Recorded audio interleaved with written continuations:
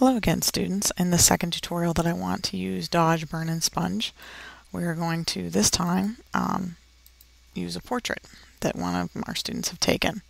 And so we're going to start back with the Dodge tool, which is going to help us actually lighten her or whiten her teeth. And again, I'm going to use that bracket tool on the keyboard. I'm also going to use Control Plus to zoom in.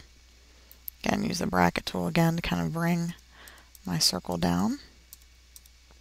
Control Plus a little more so I have some more control. And what I'm going to do is dodge or whiten her teeth. And you can see some of this happening here, slowly but surely. And again, depending on the percentage you use when you do this, you'll be able to see some things a little more dramatically. So I'm going to go ahead and do that there.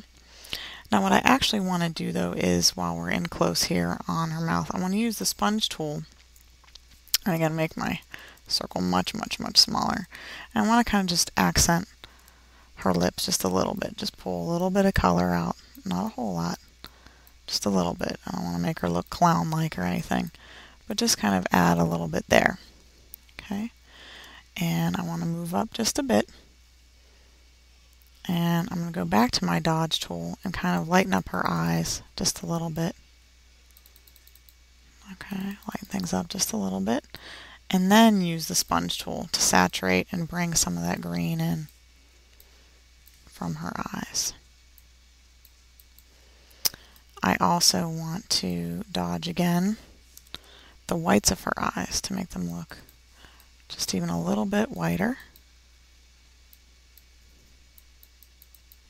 Okay, and I'm going to Control minus, zoom back out.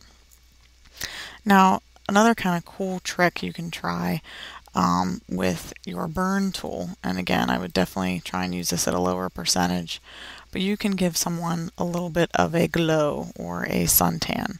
So I'm going to zoom out still a little bit further.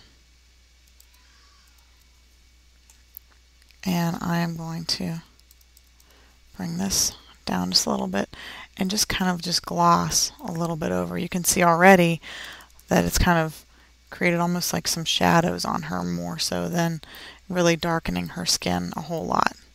Just giving us a little bit of richness, and I can even go over her hair a little bit to bring some color into that. And so when we go over here to the background and see kind of a before and after, a little bit pale here, not brought out as much, a little bit richer, a little bit warmer there.